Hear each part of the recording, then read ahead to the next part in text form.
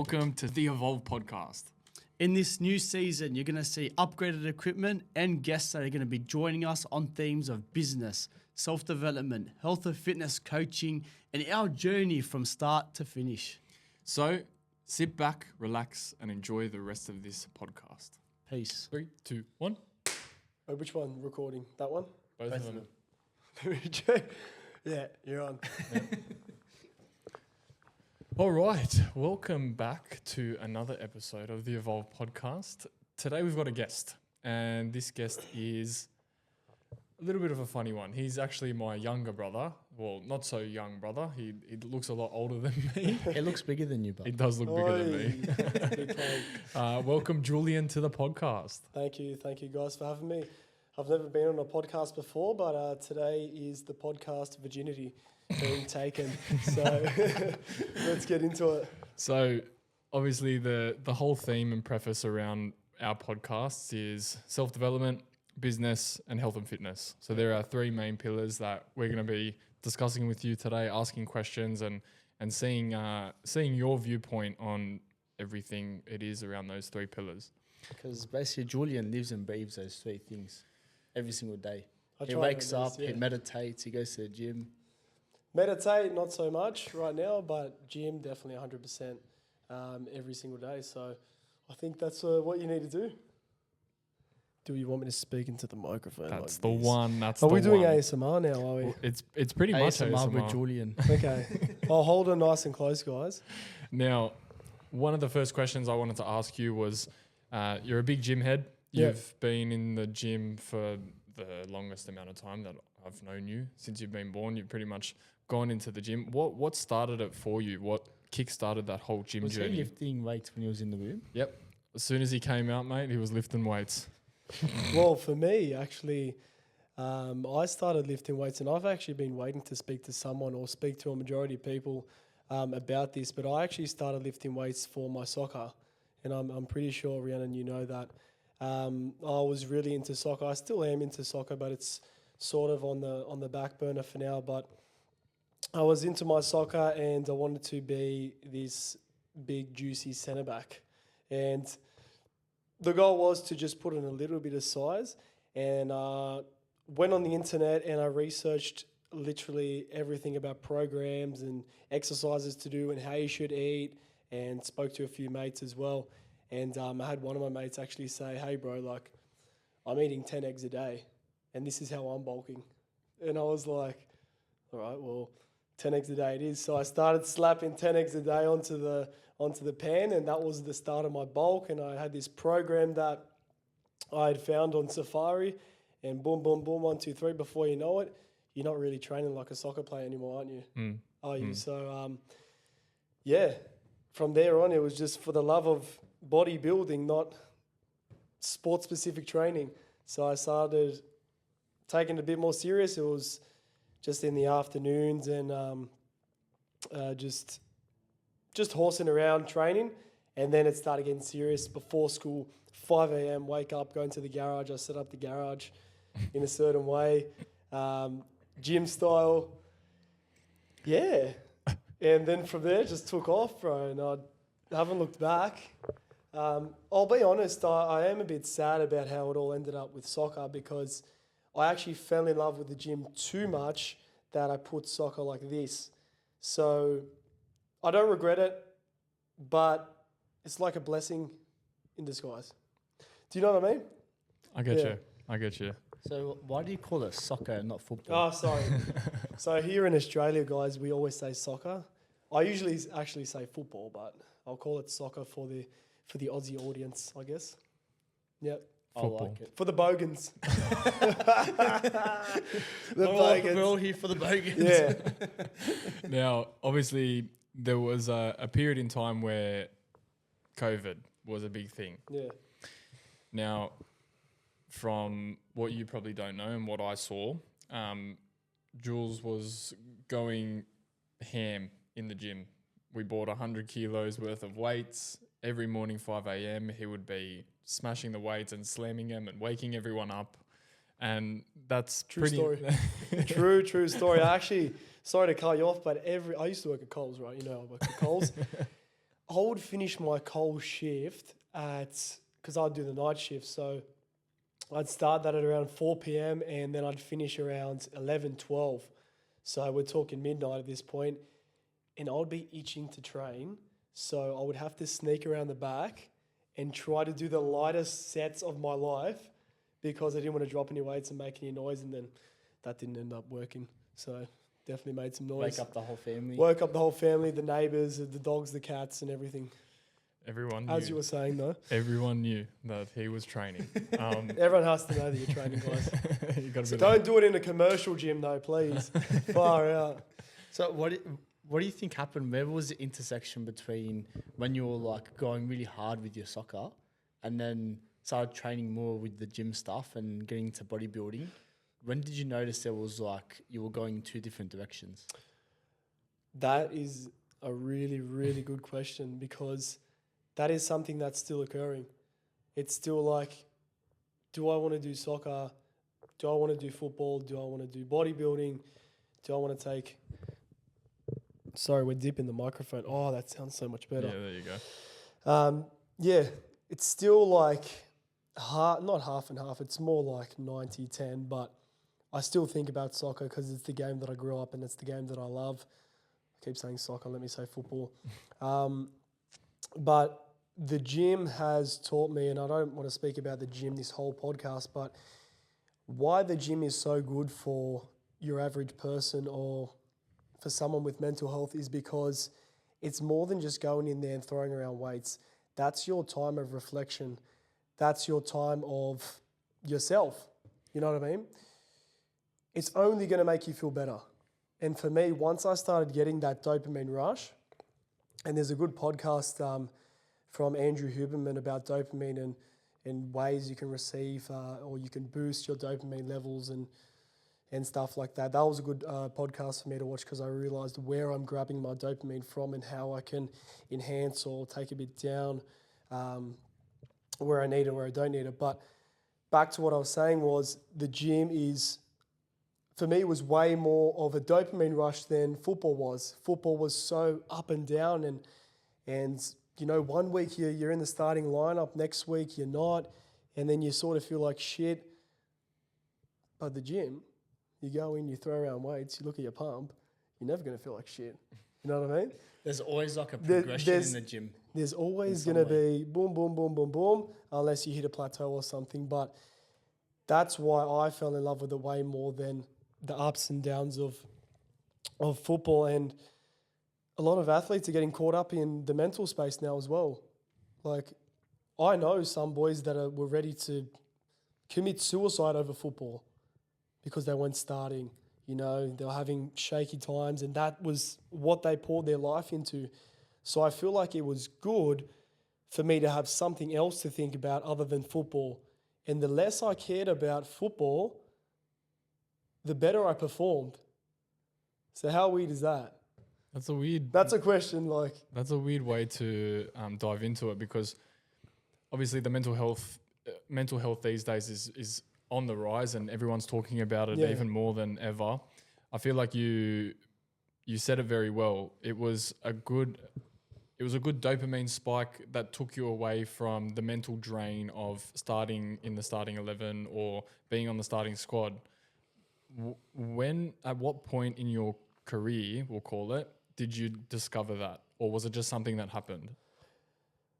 And you know what? I actually love these questions because I've been waiting to speak to someone about this for ages. You speak to your mates briefly, like, this is what's happening with my career and blah, blah, blah, but you don't actually get to sit down and do a podcast like this with you boys and really get to the depth of things. And it's probably things that, you know, people can watch and learn from. So, sorry, what was your question again? I just start rambling. I don't remember what I'm saying. The thing is with these podcasts, and Brendon and I both know this. Yeah. It's really easy to just derail It's yourself. so easy to ramble on. So I just got stuck there for about 5 seconds. I'm like, what the fuck did you ask me? That's all right. So in your career, in your football career and the career that you're currently going on, where was that, even I forgot the question. Where was that? What was the change of the mindset and wanting difference? different things? the thing that we were talking about before was the It's 'cause, dopamine Julian, spike. yeah, Julian was talking about how in football, right? Yeah. You have the really high highs. Like you win a game, you win a season, you're gonna be like pumped up, really amped up. Yeah. But then there are also seasons or periods in your football career where you're gonna have really low lows. Yeah. You're not making the starting lineup. You get dropped into the reserve grade, whatever it is, and that can really fluctuate your mental health throughout the season or throughout the year. Yeah. Even outside of season, you're not really competing anymore. Or you might be doing some five-a-side where you don't care as much. Yeah. Whereas at gym, it's year-round. Yeah. If you're feeling sore in your chest, you can start focusing more on your back or your legs. Yeah. So you're going to always have that constant progression. Yeah. You might not have as high as a high because you're not going to build muscle tomorrow. It's going to be a longer progression, but then you're having that incremental like differences over time, which is going to be better for your dopamine. Yeah, Which is what- 100%. I couldn't have said it better myself. That's the best. I have, as you know, struggled to sitting between the both of you. I feel like I can't interject too much when it comes to the gym because I'm not the most consistent when it comes to the gym. But what was the one thing that kept you motivated to keep going to the gym and focus on your physique? What was that flick for you? Obviously the soccer, like you mentioned before. Yeah, so like, well, let's put football aside now. We've spoken a bit about that. We can definitely come back to that. But with my body and myself and my mind, I feel like the reason why I kept going is that we ask, why did I keep going? So the reason why I keep going every single day is because I know that motivation will not always be there and discipline is going to be your best friend. And I stick by that every single bloody day. I don't want to get out of bed. I'm actually a personal trainer as well, like these boys. I don't want to get out of bed, but it has to be done. And the discipline will take you so much further than the motivation will. The motivation is going to come in short little spikes, whereas the discipline is going to keep you going along that road. So that's what really kept me going is building discipline. And once again, the gym is not just about getting muscles and looking good. You're building discipline in your life. This can carry on to other things, business. Could be football again. It could be your exams, university, whatever it is.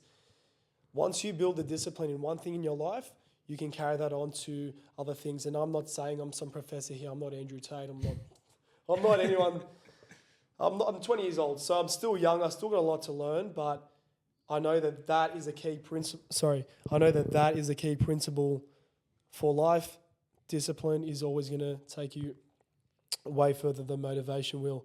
So that's the reason why I kept going, because I knew it was going to build me a foundation for the other things in my life. That's why I kept going. Not because it made me look like Ronnie Coleman or Arnold Schwarzenegger, you know what I mean? So, yeah, that clears up that question. And I'll keep holding the mic down here. I'm sorry, guys. I'll hold it up here now. Something I want to know. So you were mentioning before in your football career, there's high highs, but there's also really low lows. You're getting used to those spikes in adrenaline throughout the year. You won't get that as much in the gym because, you know, as you start progressing through the gym, your gains are going to start getting smaller and smaller over time. So how do you get used to that difference between the highs of a soccer game, winning a game, to you're not really receiving that same energy from the gym? Yeah, well, I have pretty much been playing football while doing this whole gym thing. So I've had a mix of both worlds. So when I'm feeling shit from football, I'm going to the gym and feeling better. You know, so I sort of... So you had the high highs, but then you also had the... It balanced out. Yeah. Do you know what I mean? So everything balanced out because I was doing both. And that's why I feel like I started performing better, was because I had that constant base level if anything went to shit. Do you know what I mean? You had the gym to return These to and footballers, make you feel good again. These footballers, and I don't want to shame on them, but it's football 24/7. That's your job. So when you have a shit day, you know, you have a fuck up or a bad pass that leads to a goal. You know, that's happened to me before. They're so down about it. That's what they're pouring their life into. It's different with a bank job compared to a football game because you're losing the game for the team. Then you get the fans screaming at you, and then you get all the shit and the stick on social media if you're at a high level, compared to like a bank where, you know, you're working a job and you do one stuff up and that's it. So football is such, we're going back to football here again, but finding the base level between those highs, those lows, and everything in the game. yeah, like I nearly lost what I was saying there. I nearly lost what I was saying there, but that's what made me continue to play football and do the gym at the same time, because I knew I could always find the base level. Yeah. So the gym, in a sense, was your safety net. Yeah, so it caught me every time. It just caught me. So I'd have a shit game of soccer, not always shit, but I'd have a shit game of soccer, and then boom, I'm at the gym. I feel better now. Let's go. Let's take on the week. Whereas if I didn't do anything, I didn't do any gym, and I just went to work the next day, I would drag that emotion into my work. You know, and you've played soccer, you've played football, you've played football. I think you understand, and this goes for all athletes, rugby, soccer, football, whatever it is. We're going to bleep out soccer. We're going to make it like a swear word. As soon as soccer comes out, football. Yeah, that's it. But you guys understand as well what it feels like to lose a game or, you know, have a bad session or something like that. So I feel like this is me reaching out to athletes now, take care of your mental health. Do something else apart from football, whether it's golf or that's relaxing. Golf is relaxing. Whether it's the gym, whether it's yoga, do something for yourself outside of your job. And this really sounds like this is coming from a PT himself. Yeah. So, for me, like, I used to enjoy going to raves. That was my thing. It's not so much anymore, but that was my thing I would like to do outside of being a PT. I tried golf, that didn't work. But yeah, like that was like a little release of fun with the boys for me. You know, so finding something that's not, don't harm yourself too much, man. Now, that's actually a good message to put out. And another thing that Brendon was just about to touch on, and I feel like we were both about to touch on it, was personal training. Now, you obviously started with a great relationship with the gym. You created those habits. You created a routine. You created that discipline. It got you to a point where you're now a personal trainer. Where was that? How do I ask this? With personal training, how did you put your mentality into your personal training without being too full on? Because obviously from football and training at the gym yourself, you can be very hard on yourself and you want to push yourself to a limit. How did you find that balance between being a good personal trainer and being a full-on personal trainer? Wow. Okay, well, that's actually a big question, because when you first start personal training, you're so excited. You're ready to go get that bread. You're ready to go train some people. But little do you know that the big road humps of personalities and, you know, introverted people, extroverted people, goals, and it's not all it's cracked up to be. It's not get in the gym and train someone. And that was my passion, was the gym. So now, and, you know, let's actually tell a story here as to how this all happened and how I actually started to be personal how I started to be a personal trainer. So I was dropping my brother off at his job, at his personal training job, and he had lost his license at the time, and I was driving around in his car and, you know, having a good time because I didn't have a car at the time. I was using my mum's van. So his car was like the next step up from that. I could have, you know, picked up anyone in that car. He doesn't know. No, I'm joking. He took her for spins after he dropped you off. Yeah, I took it for some burnouts. Anyway. I heard the wheels go up the street. But the point is, yeah, so I dropped him off and his boss actually came out. And I think, you know, I rolled down the window, ran and hopped in the car, and he said to me, he goes, I think he said this, I'm not sure. He goes, you're a good looking bloke. He goes, you're a good looking bloke, mate. I think you should try personal training. I think that's what he said to me. He said something like that, eh? So your good looks got you a job. So maybe, I don't know. But from that day on, I had the interview with my boss. They were business partners. at another gym from the same franchise. And yeah, that's where it all kicked off. And that gym that I'm talking about that I actually just left to start a new journey, which is something we can also talk about later, has taught me everything I know pretty much and given me the foundation and pretty much changed the person that I am now. What? And I'm pretty sure, like, just to ask you boys a question as well, so the podcast is not just about me. What do you think personal training has done for you? What do you think the job has done for you guys? Good to throw questions at us. We're not really No, one to because answer you the guys, questions. you guys are personal trainers as well. You know, like, Yeah. it's not all fairy dust and rainbows. Yeah, so for me, like, when I first became a PT, I had this thought, like, I love the gym, I love training, I've always played sports my whole life, so I thought it was just about throwing those skills and throwing those teachings at people to basically replicate what I do.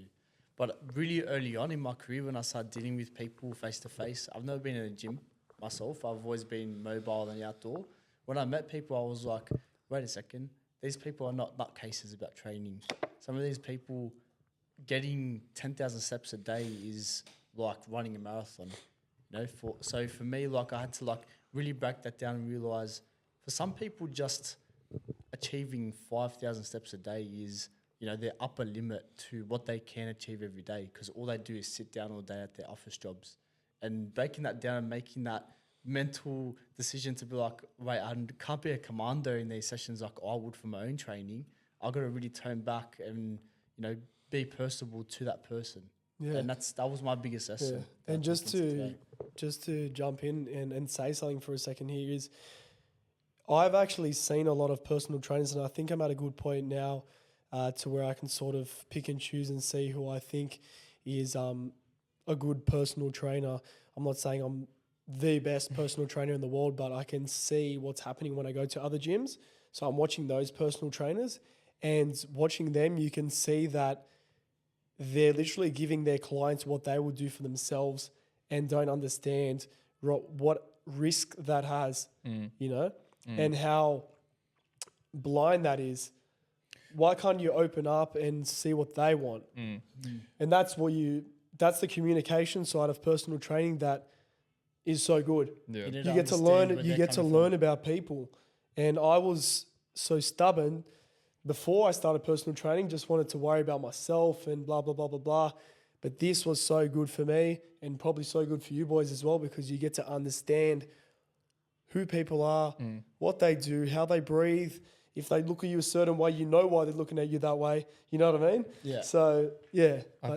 I think the one thing that both Brendon and I were speaking about in our previous podcast, and we were speaking about how in this job, in this line of work, you have to be a chameleon.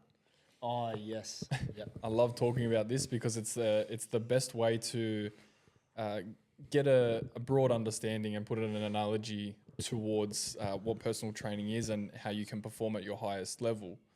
And being a chameleon in this industry, you have to learn that you can't just be one color, or you can't just be one personality. You have to learn to adapt your color to your surroundings. So obviously us in the mobile space and you in the gym space, whatever happens within that personal training session, that one-on-one session, you have to be that direct color, not completely that color for that person, and you just have to be that person for that client. Well, I wasn't getting it for a second. I was like, where's he going with the chameleon? But they change colours, right? It's not about being a different person. You're still yourself. Yeah. So he's still being Reed the whole Just day, changing right? colours and adapting. Being able to adapt to that person. Yeah. Because you can't be this like loud, obnoxious person with one person, and then, you know, that same person all the way throughout, because someone's going to get thrown off. Yeah. If you're full of energy and in their face. Yeah. You know, you got to be able to modify how you are, how you speak, how you coach. And that's the one. Sorry to cut you off. You go. Yeah, and doing that for, 10 clients in the same day would be tough. And you've done it heaps. Like, you've done like 40 sessions in a week. It's not an easy job. No. It's not just stand there and train people. If you tell people you're a personal trainer, they probably laugh at you half the time. Isn't that true? Yeah. Do you get that sometimes? Like, you just count to 10. Yeah, like, you're a personal trainer, but your brain is fried by the end of a 40-hour week. Your brain is fried. You don't even want to look at your family. You just want to get inside and sleep. Is that true? It's true. It's true, man. Bro, Like sometimes I get home and my family asks me like, what's wrong with you? And just My brain just got fried by 40 hours of people, yeah. you know? It's And I'd say like we're all pretty extroverted people. We're pretty out there. Yeah. But then When you get home, you're a introverted. limit. There's a limit, but You turn to a bloody turtle when you get home. yeah, 100%. I think the one thing that I've always been aware of is how much of a mental strain something like personal training can, or depending on the person that you are, can take on you. And I think the one thing that I learned from Brendon and just from my career, and something that I hope to you take on board, especially with going outside now your business, you're working on your own name, your own brand, your own person, is to not let someone else's emotions drag you down, and be completely transparent with guiding them instead of being too involved.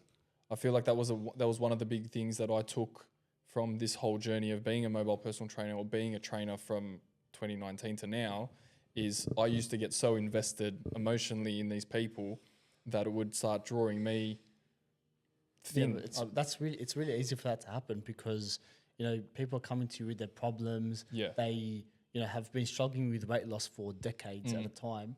And you have to come in and teach them skills on how they can improve their life. And sometimes that can be super draining, and it's hard to like really pull back from that. Yeah, it's hard to give and not take. Like in that exchange of talking to people, you want to help them as much as possible. But then obviously being a personal trainer, you have to learn that level of how much you give and how much you can take on board. So with your career, and currently you've been doing it for 1.5 years, 2 years now? No, I'm going on 3 years. Going now. on 3 Yeah, years. yeah. What have you Wow, learned? you're his brother. You didn't even know that. Far out. What a shit brother he is. Because he comes home, he's a turtle, and he disappears in his room. I told you. So That's how I it can't get a man. conversation in with him. So when you're a That's how it turtle, goes. does your head go inside as well? Well, what's this? When you're Sorry, I a was turtle, having some water.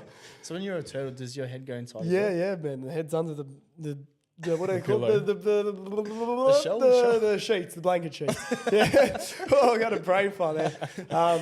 But I was going to say something to what you said. What were you saying? I was talking about how giving the right amount of energy towards that person that you're training, and not being too emotionally Yes. invested. Okay, so what I wanted to say about that was, you know, when you go around to these gyms and you look at the PTs, there's always that one PT that you see that's just drilling their client with information, and they're just sitting there like this. They don't know what to say because their PT thinks they know it all, and boom, boom, boom, boom, boom.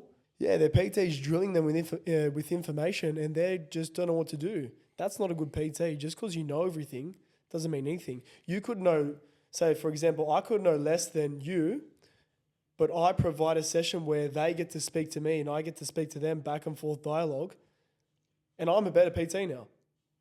10 times out of 10. Just because you know more doesn't mean you're going to provide a good session. And that's what some of these personal trainers don't get. And obviously there's still a long way to go for myself and for you boys as well. But that's something, if you pick up early, understanding people, it's going to keep you in this industry so much longer. It's going to take you further. And actually, the average PT, this was on whatever website I went on. The average PT lasts 6 months in the industry. Yeah. 6 months. So imagine, hey man, what do you want to train today? Yeah, let's do this, and before you know it, 6 months he's gone because he's just drilling his client with information. Yeah. And he fries his brain out. Fries his brain, yeah. He fries his brain. You're meant up to, 'cause- yeah, that's it. Yeah. You're meant to, yeah. Yeah. Anyway, I was going to say something, but I was going to say I'll leave it. It's very different being on Yeah. a podcast and talking all about this stuff. Exactly and right, having yeah. a camera in your face and a mic in your mouth. This is the first time, so hope I'm doing well so far, guys. We'll do another one and you'll actually gain that skill as well. Oh yeah, Yeah. big time. Just like a PT session, your first one was probably shit. Oh yeah, But yeah. 3 years in now, you probably know how to run I a can't session remember my pretty first PT session. Can you? good. I remember mine vividly. To be Yeah, fair. I Like, I can remember as my well. first consult. I remember. I I remember mine as sort well. of starting to remember now. Yeah. If you think about it hard enough, it'll come up in your memory. Yeah. It's one of those things you think about before bed, Yeah. and you just cringe. Yes. You just cringe, bro. It's so You're like, bad. you think that's when you're like, who was I? How did I do that? Why did I do Yeah. that? How did I do that? Why did I say that? Yeah, I hate those ones. Why did I say that? They're the best. But especially in this game, in this PT game, you always think about why you're saying things, and you always think about what to say. And then sometimes it comes out the wrong way, and it's like, fuck. Why did I do Should that? I for? even said that to them? But sometimes I don't even care. Now, Anyway. here's another why question for you. Why did you get into bodybuilding? Why did I get into bodybuilding? We covered this a little bit at the Briefly, start. but you ended up going on stage, big boy. Oh, okay, yeah, that's different now. Yeah. See, and this actually, this is something I haven't talked about. It was sort of like pushed away after I did it. Yeah. You know what I mean? Yeah, I haven't really heard too much about It was- your bodybuilding career Yeah, so far. it was pushed away right after I did it because I was straight back into soccer. I literally, and no one knows this, well, some people know this, and this is where you have to sort of decide what life you want and what two roads, and you got to realize the two roads are going to separate at one point. Is I played a game on the exact same day that I came off the stage. So You rocked up with the tan and everything. I You told me rocked the up, story. bro. I rocked up with the tan. I got there. I just had about 20 chocolate bars before I actually got on the field. Got there late. We're versing Mount Druitt. I was in Rudy Hill doing the bodybuilding. Oh, so we went far. It wasn't far, so it sort of worked out. Otherwise, I would have called it off. But the love was still there for football, but the love was still there for posing on stage and looking good. I had to do both. I had to do both. I had no choice. So, How did you perform in that game? oh, yeah. Honestly, the performance wasn't too bad. I think the performance was good. How's the headspace going in? So chocolate pre-workout bars. Chocolate pre-workout. Oh, mate. Straight So into it. for all you gym heads out there, you know that pre-show, you're pretty much slapping down carbs galore. So I was having, Rice cakes and peanut butter. Oh, I remember you eating those. well, I'm allergic to peanut butter. So minus he the was having peanut butter. I saw him with the rice cakes. Yeah. I was Honey, doing the wasn't it? rice cakes and honey. Yeah. And then I started on the sour worms to sort of, I don't know, I feel like it gives you that dry look when you have those sour worms. So I was having the sour worms and all that, and I had all this leftover stuff. And after the show, I went back to Nono's house, which is in Blacktown. So shit, shower, shave, shampoo there. Don't include that on there. Had a shower there. All the tan came flying off. It was just still there though. So I was scrubbing and I was stressing out and I was like, what's going to happen here? I'm just going to have to go there looking like an absolute orange. Got there late, blah, blah, put the boots on before you know you're on the field. But my headspace at the time was, what the fuck am I doing? That's the sort of moment where you're like, what do I want? Your What two do I roads want? were going too far away from each other. The two roads were together. And I was swerving in between different lanes at Yeah. different times. Sometimes I'm in this lane. Sometimes I put the indicator on, I'm in this lane. So, and that's the big decision in this next year, because I'm still playing, obviously. Because you're just still at- doing both at the I'm moment. still playing just at a lower level now, a lower league. And you're so also not competing as well in I'm not bodybuilding. competing, so I think So in a way, like, I think work was the third road that just wedged itself in there, Mm. and money is the priority right now. Fuck, I shouldn't be speaking into this. yeah, but me and Ray always talk about having 5 things that you can prioritize at a time. And for you, obviously you're in 2 different worlds with bodybuilding, with football, and they kind of don't relate too much, because if you want to be good at football, you can't be too big and too stocky, or else you're going to get slower, you're not going to be as athletic. Then in bodybuilding, you can't really be doing too much of a cardiovascular sport like football and being at that high level. So you kind of have to make a decision between one or the other, otherwise you're going to always just be going away from each other. Or you won't be able to compete at a high level in bodybuilding, you won't be able to compete at a high level in football, but obviously you're still at that crossroads where you're still making that decision. how would you coach someone to make that decision for themselves? It's a big decision to be made, but I think I've made my decision up. Oh, this And is the I first think- time I'm hearing I about it. think my decision is clear what's going to happen in the next year or so. I'm not going to say it on this podcast, but I think my decision is clear. And the reason as to why it's clear is because like I said before, I see so much potential in what I'm doing. Work, gym, life. I want to create that freedom. And so do you boys as well. You know, you want freedom in this life. You don't want to be tied down 9 to 5, doing all that stuff. You know the guy. Yeah, 100%. So in You a know way, what? I like- actually forgot your question again. So, what was the question? No, I was just saying how if How would I coach someone? That's right. yeah, how would you coach someone that had, you know, two big things that they were focusing on? It doesn't have to be sports or anything. Yeah. It could be like maybe they're focusing a lot on their career and I don't know, family. Yeah. Oh, I'd say which one is paying you more? Which one is paying you more? Seriously. For me, football wasn't paying me, so it is now, but it wasn't paying me before. So that's why work and the gym was like, wow. Yeah. You know the love heart eyes emoji? That's Love it. heart eyes emoji. Because when you're 16, made- you it made turn more 17 sense. and you start making money, it's like, fuck, I want to do this for the rest of my life. This guy's dying. Because Brendon asked about family and you go, oh, whoever pays you more. Wait, family? He was like, if You you didn't wanna say that. know- You no, said, no, how would you coach someone? how would Yeah, you no, coach he's someone? what though? He's I'd say, hey, bro, like, It was just what I interpreted. in hey, that bro, moment. like, Because what to would him in his head right now, he's thinking, what makes me more money? That's the thing I'm going to prioritize more. Yes, yes. Yes, I'm right. with So, passion is another thing. So, So football is probably a passion of yours, but it's not paying the football bills. is definitely a passion, but Not paying the bills. it's one, it's not paying the bills. Two, it's on standby right now, and the gym is my passion. Looking good, feeling good.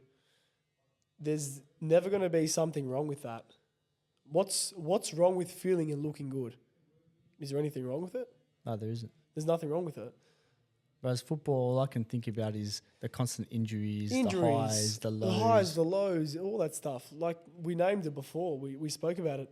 And I think it's crucial that someone who's in my position right now is to watch this podcast, because either they need to make a decision or they can learn off myself, because I'm going through it now, you know?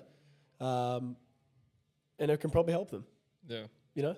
It can probably help the athletes who don't know what to do. And I've seen many boys fall off and stop playing and doing other things now that are way different to football. But we're getting off topic again. It's good. It's good that you like rehash that, because what this whole podcast is just to obviously talk about, you know, other people and other people in their industries and what they're going through and how they can provide some sort of help, even if it's, you know, what you're experiencing at the moment.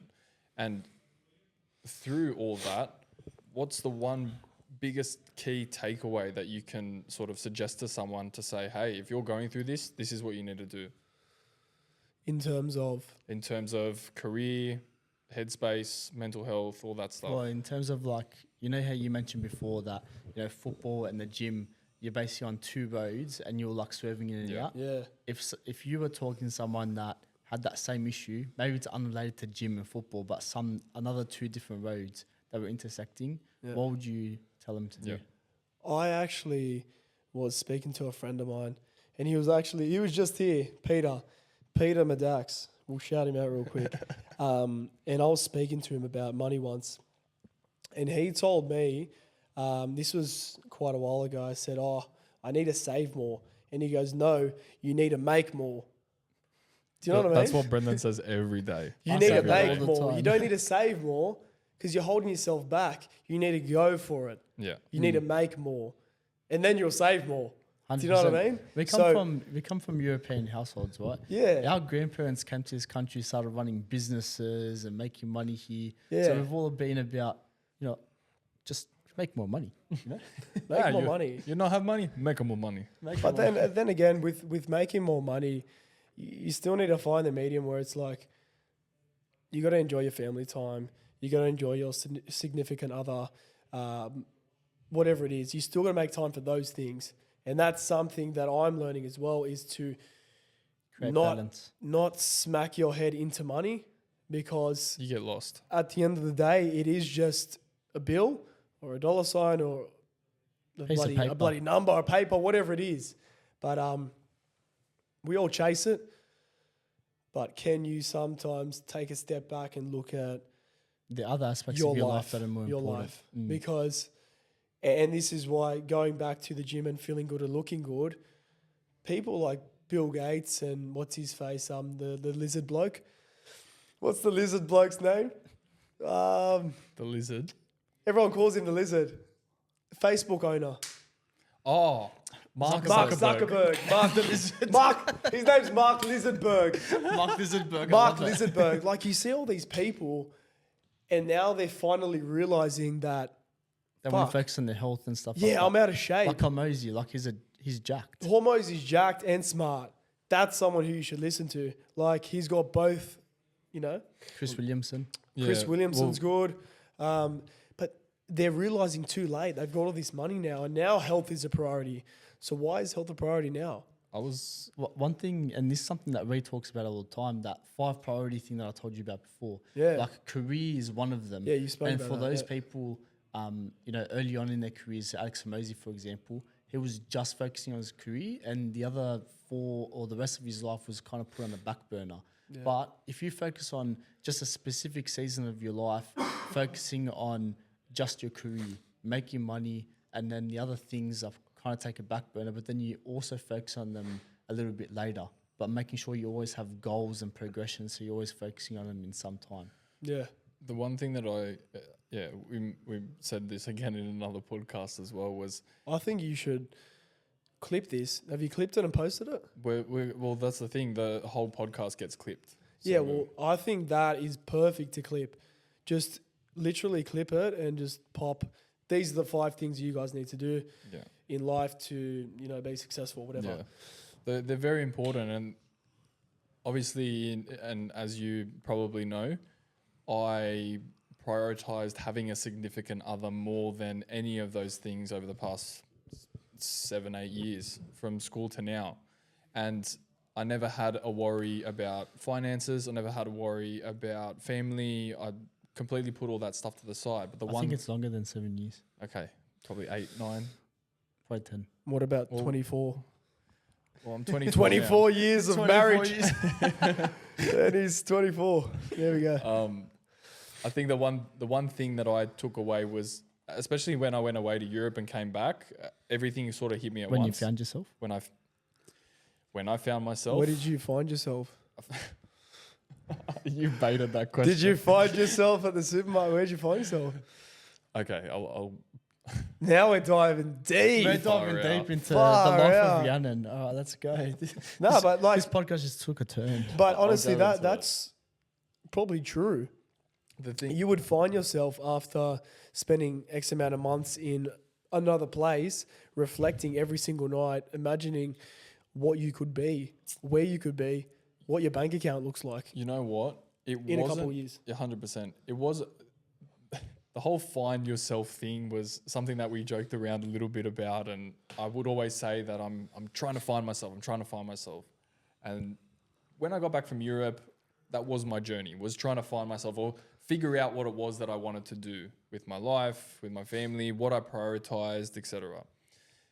And it wasn't until I got back that I went, I'm worrying about too much.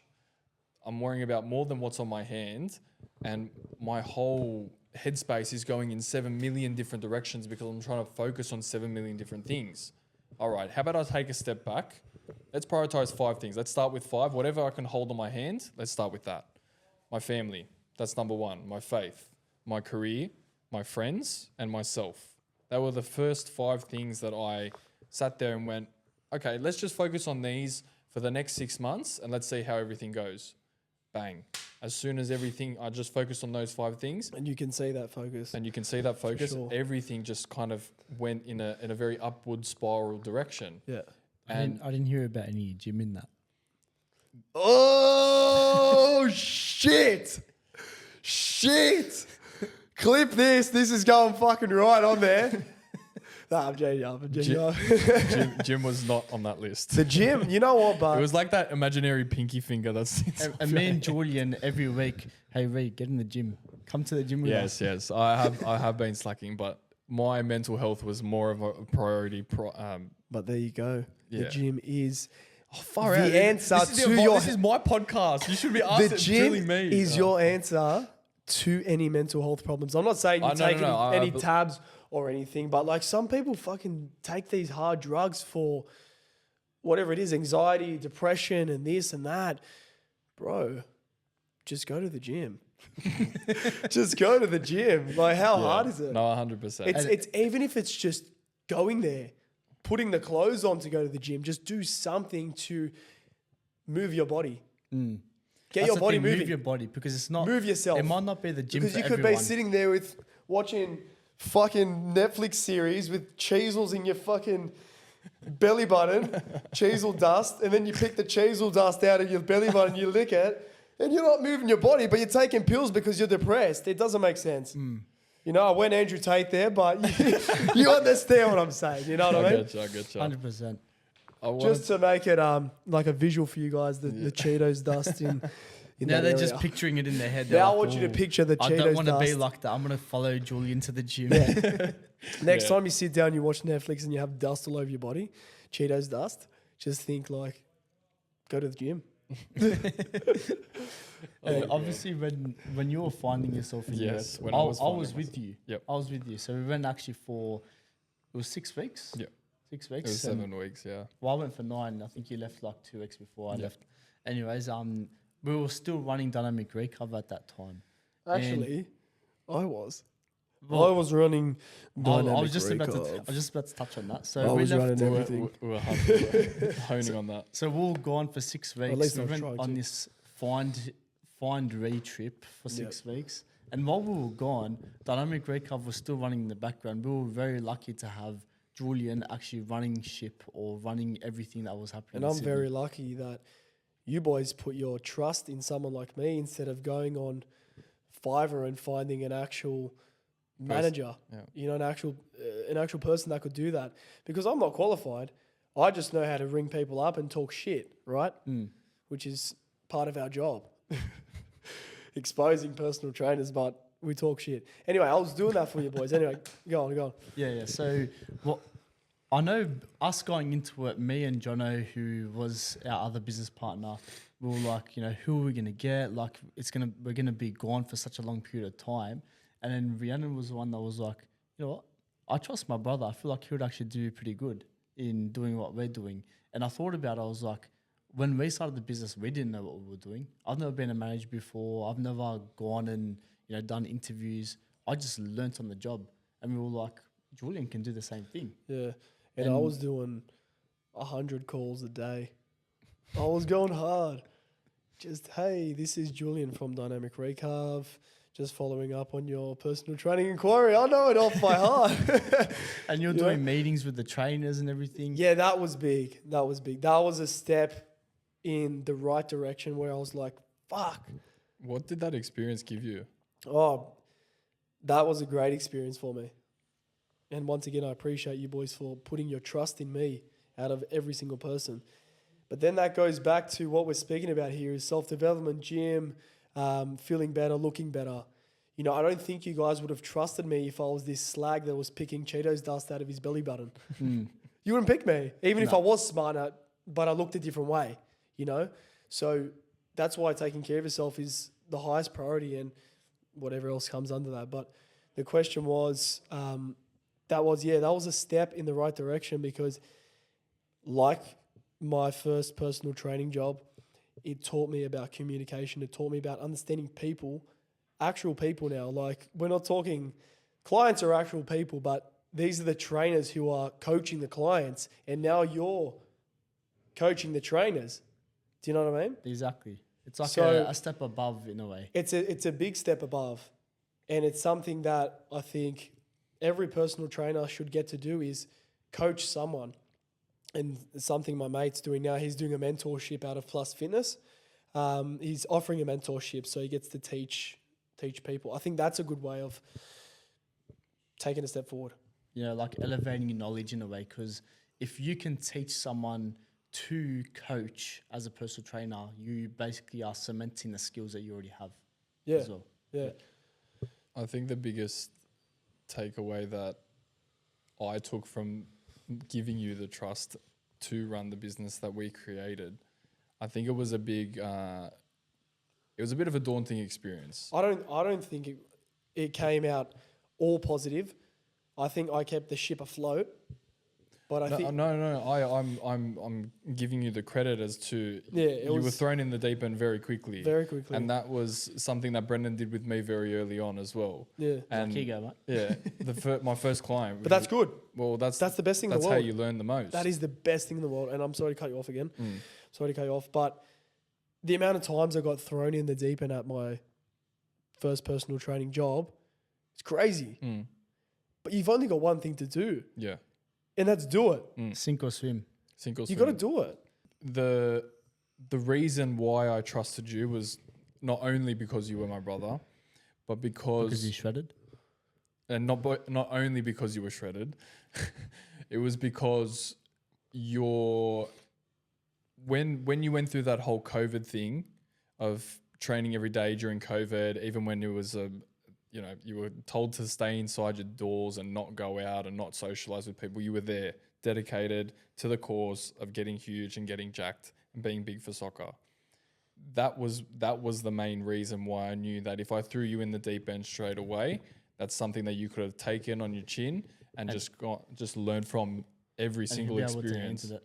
And that- yeah, go on. It does show, sorry to cut you off, That's but all it right. does show that discipline, and it's what Julian just said before.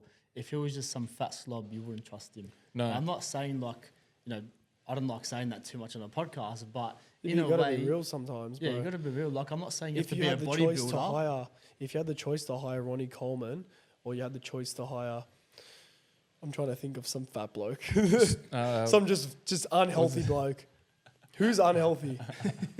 Like just doesn't do anything for themselves. That is like pretty famous. Let's go with old Jonah Hill, Is that the guy that? Oh, 21 Jump Street. When he was what about Sam Smith? He's took a turn for the worst. Sam He's took a turn for the worst. Let's say Sam Smith. Would you Right. hire Ronnie Coleman or Sam Smith? Ronnie. I'd take Ronnie, the peanuts 100%. all day. Yeah. Peanut? Ain't nothing but a peanut. Like, that's obviously next level, like in terms of like becoming a huge Of course, bodybuilder, but let's- like the discipline Yeah, involved with yeah. turning up at the gym every single day and Yeah. putting that work in without seeing a reward Yeah. is what I see as a valuable skill. But that they you both, can't they both teach. give you the same resume. Yeah. I'd choose a jacked one. Actually, you I'm know choosing what? a Sam, jacked Sam Smith gives you a resume and it shits on Ronnie Coleman's, but Ronnie Coleman's is like average and it will get past that level. The thing with me and the thing with us and the thing that I was telling the boys before you came on board and started doing everything was that you're young, you're ready to learn as much as possible, and it doesn't matter how deep the end you're thrown in is, you're gonna do big things. So from that moment, I was mentioning to the boys, like, we gave him a good 3 weeks, 4 weeks notice, maybe. I Not started coming in and working with you boys for a couple of weeks and just running through stuff before I left. Yeah. 3-4 weeks. Yeah. 3-4 weeks. So it was a lot to quick. take It was on. like boom. It was a lot to take on, especially with He didn't you. do much because he was like, he went on a couple of meetings with me. Yeah. He did a few sales calls with you and did a couple of finance things with Jono. Yeah. And that was kind of it. And then we disappeared for like 7 weeks. And I'd call him once a week or so and Oh, was that like, was how's it going, man? the most stressful part was trying to get a hold of you boys Yeah. because you're in Different time zone. Europe doing God knows what on remember I some was on a boat. crash sale. I was finding Probably myself.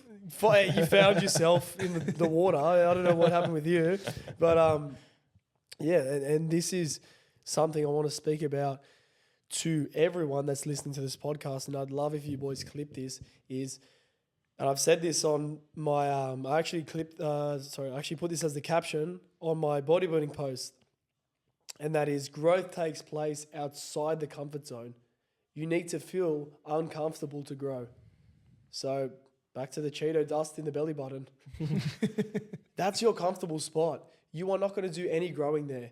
When you boys threw me in the deep end, for example, I saw that as an opportunity to grow while being uncomfortable. Do you know what I mean? You need to be uncomfortable. You need to go to conventions where you speak to people and you don't want to speak to people. You need to go to, for example, what we went to the other day with that app testing. I didn't want to go to it, but I knew if I went to it, I'd meet certain people and I'd make certain connections and it could help me down the road. It was uncomfortable for me, but I did it. And that was made me 1% better. 1% better every day. Same thing with finding a girlfriend. Like Ray's got some good experience here, but you have to actually approach girls and get rejected or get used to that rejection. He has gone. Just been roasted this whole. Fucking hell. I'm gonna cop it. Get him out. I'm gonna cop it. Go for it. What are you saying?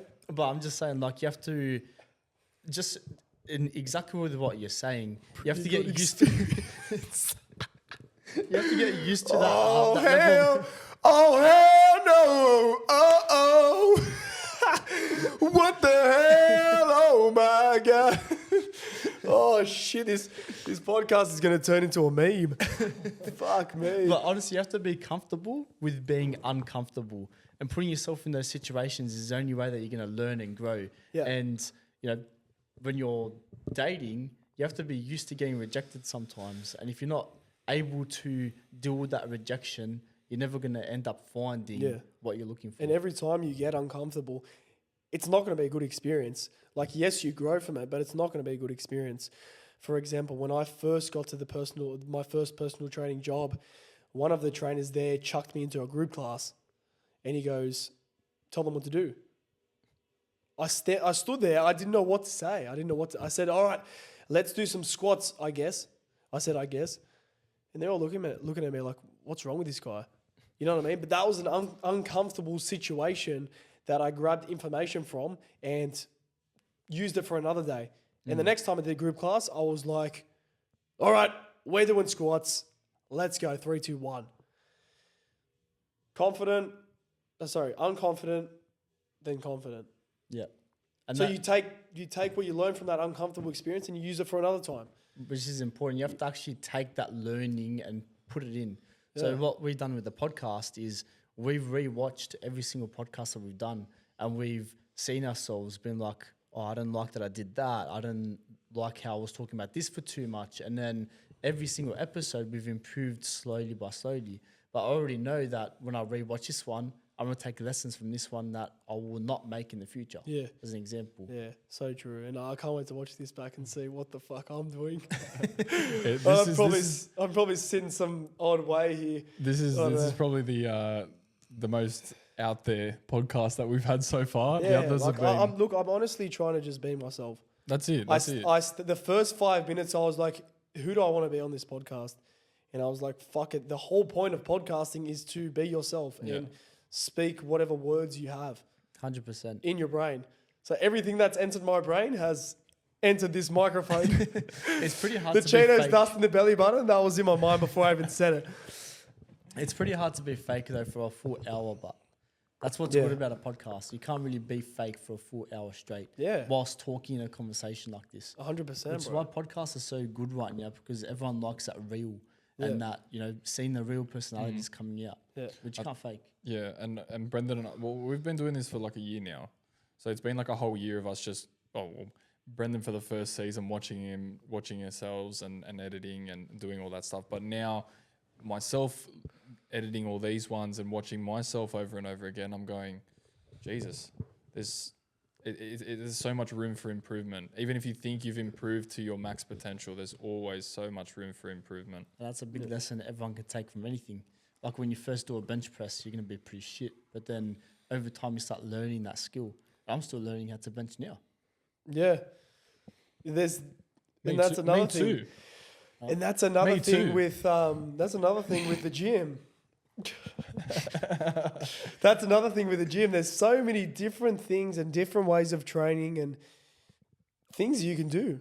I agree. All right, Julian, where to next? We know that we've got a friend of ours opening up a gym. Yeah, And this is. I've heard that you're going to be running the social media side of things. Oh well, yeah, that's one of the things. I'm just happy to get out of where I was. I felt like Do you feel like you can spread your wings now a little bit more? it's time to spread The the turtle's wings. coming out of its shell. I feel like the turtle's ready to start sprinting. Sprinting. Even though turtles don't sprint, I feel like the turtle's ready to sprint. Do you know what I mean? But like, this has been something that it's given you that opportunity now to spread your wings and fly. There's so much to learn, especially being outside. And as you were speaking about just then, outside of your comfort zone, it's a whole nother realm. It's a whole nother realm. But I feel like he can tackle it because 100%. he's still doing PT, but he's, to give everyone an idea, you're working as an employee-based personal trainer right now, and you're going to go into a gym where you're going to be running your own business or your own brand in a way, where you're going to have to make those sales and all that kind of stuff. Are you at all worried, or do you have this fear or anything like that? Honestly, sorry to cut you off real quickly, but I just wanted to say that I have got no fear whatsoever. Zero fear. That's mad. I don't know what has come over me, but I'm so ready to just tackle it. Good. You probably built I'm so heaps ready of to just tackle confidence and that knowledge from just Yeah. being a PT all the 3 years. You've been in PT for 3 years. Yeah, but like So you know how to be a PT already. Yeah, like you do this because I've put myself in so many uncomfortable situations. I'm ready to embrace more uncomfortableness. Running dynamic recurve for 8 weeks. Like you've done it all. You got to want to put yourself in those positions. And obviously not all the time you're going to say yes. I'm not sitting here saying I'm, God's gift. I'm not God's gift. Able but to deal with rejection every single day. you got to be able to just throw yourself in there. I'm ready to throw myself in there for this gym, and I'm ready to help Adrian. Should we name him? I'm ready to help Adrian take his gym to the next level. I've helped the gym I was at before grow themselves, and I've helped them out with being a personality around the studio and doing their social media.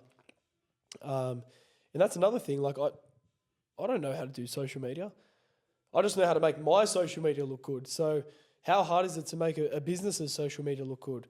So it's not fake it till you make it. It's like, you know what to do. Let's just try it in a different way. Yeah. I feel like in a way... That's what I'm doing now. It kind of is still fake it until you make it, but you're not faking it. It's not like you're being you know not what yourself. you roughly Being know what to real do. until you make it. Yeah. You roughly know what to do. Like, let's say Brendon, I told you to be a powerlifting coach and you had to start next week. I wouldn't know what the hell to do. But you would go online and you would research for the next week what to do. And I'll be able to chuck you through a pretty good session. But exactly right. And you've already got the background of personal training. So how hard is it to just get a powerlifting session in with someone? It wouldn't be too hard. It's not too hard. It's in the same niche, maybe just a little bit outside of that. Exactly. But you still know that there's potential for you to do it. But you don't know until you try. Exactly. 100%. I was trying to link it to, your job. Yeah, but it's true, 100%. When someone first becomes a powerlifting coach, they've never done it before. So they have to have that first powerlifting coaching session or that first personal training session. They've never done it before. And it's a whole thing about, what's that thing I always say? I can't remember now. But you always feel a bit odd when you first do something that you've never done before. For example, our first time doing a podcast, I'm sure the feelings you had when you put the headphones on and the microphone in front of your face. I'm still trying to wrap my head around hearing my voice back. Like it's a bit of a weird feeling, but then after you've done it once, it's easy to do a second time. After you've done it a second time, doing the next 100, 200, 300, however many you're going to be able to do, it's going to be easier every single time. And for me and Ray, we've done over 20 episodes now. Our first episode, we didn't know what the hell we were doing. Yeah. We were just staring at the camera for like 5 minutes before we started recording. We didn't know what to do. or say. And this conversation feels very unforced. Yeah. I haven't had to force myself with anything today. Mm. And I thought that was going to be the case. It's not. You- And I can see why now people do podcasts all the time. Like Mike Thurston, for example, he was just doing gym vlogs and life vlogs and whatever. Now he's doing podcasts. It's so He's easy. got To his get, own it's so podcast, easy to right? get into because you speak to people every day. Exactly. You speak to It's people just every day, about and this putting a is just camera in putting front of the headphones and the microphone in your mouth And and that's doing it. the same thing. Not in your mouth, but you know what I mean. I was listening to Chris Williamson and Alex Hormozy's podcast, Oh, the recent one. the recent one. The most recent one, because there's heaps, but the most recent one.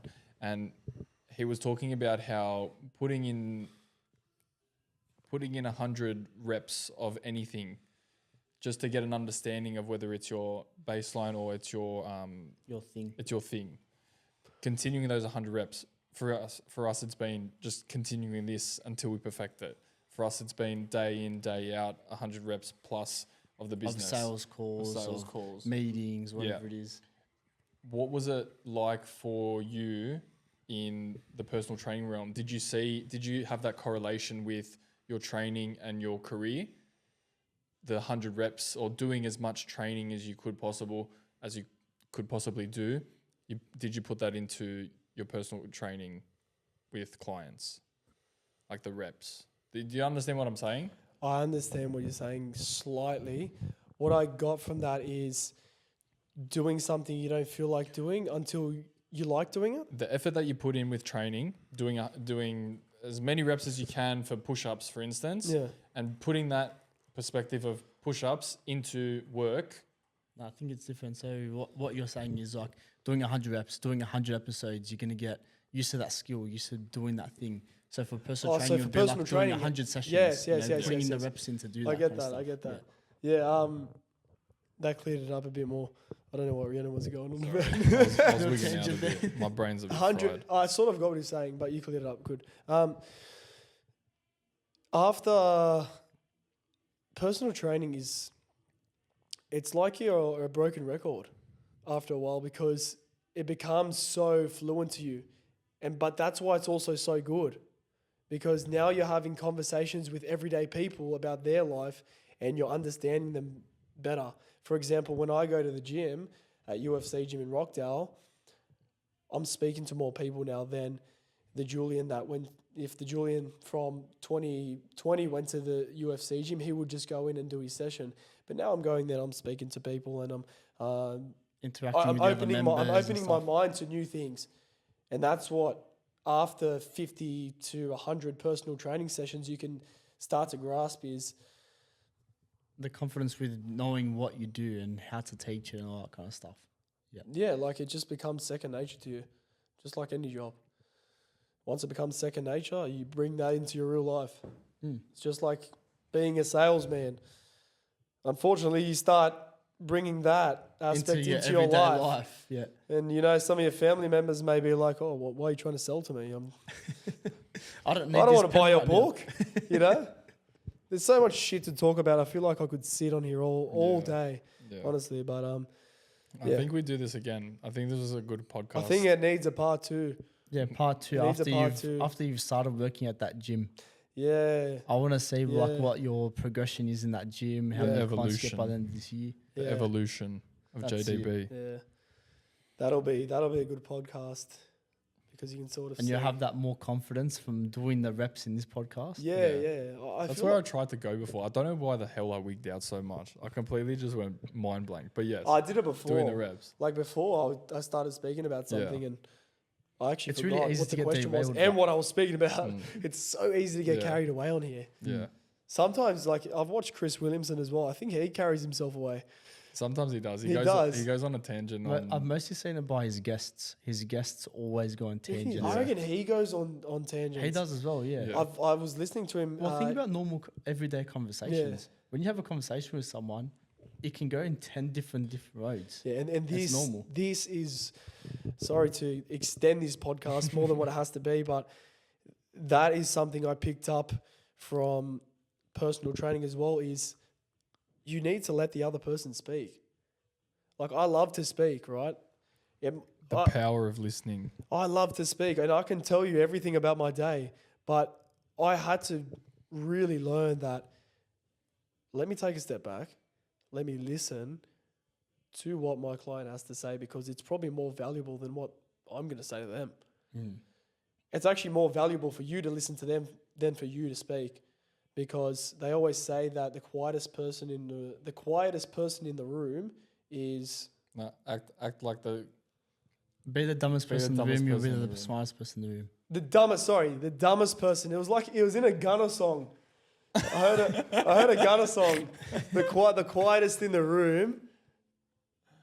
Fucking whatever it was. whatever it was. But the loudest person in the room is usually an idiot. Yeah. Because he's blabbering on about bullshit. Yeah. And he's the not actually quietest taking person in the anything in. room Yeah.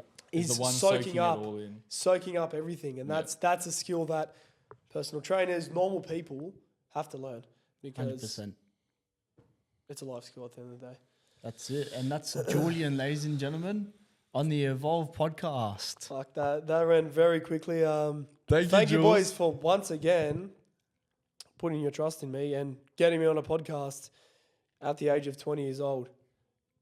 Why would you want to hear what a 20-year-old has to say? I don't know. Well, we're going to see you at 24, this age right now, and we're going to look back at this podcast and see that part 2, part 3, part 4. We might be up to episode 10 with Julian. Who knows? Yeah. I think I'd like to do this because it gives us the opportunity to sit down as brothers as well and have these conversations. Sometimes we don't even end up having these conversations at a deeper level. So I do appreciate you coming and putting some time aside to do this. I hope you enjoyed it, because I enjoyed it as much as I do wig out sometimes. Oh, yeah, I think it's good to gain this confidence of speaking in front of a camera or speaking into a microphone, because you never know who you're going to be speaking to next, and the level of communication that you can have with other people is so powerful and strong. And what our words in this podcast can actually impact someone's life. So it's Exactly. good to have these conversations Yeah. too. So I'd like to appreciate the boys for having me on, of course. Once again, they're putting their trust in me, and listening to what a 20-year-old has to say is interesting sometimes, because anything could come out of their mouth. But if there was one thing I had to leave you all with, that would be growth takes place outside the comfort zone. That's it. And I'm going to say it again. Growth takes place outside the comfort zone. Make sure you follow me at Julian Bianco on Instagram. Slow plug. I said Instagram. It'll be on there. I'll be tagged somewhere. You'll be in the, You'll be in the First shorts. You'll be in the podcast. description as Feeling well. good. Let's see if we can run this back. Feeling good, looking good. I'm trying my best to look good, Brendon. I'm taking after you.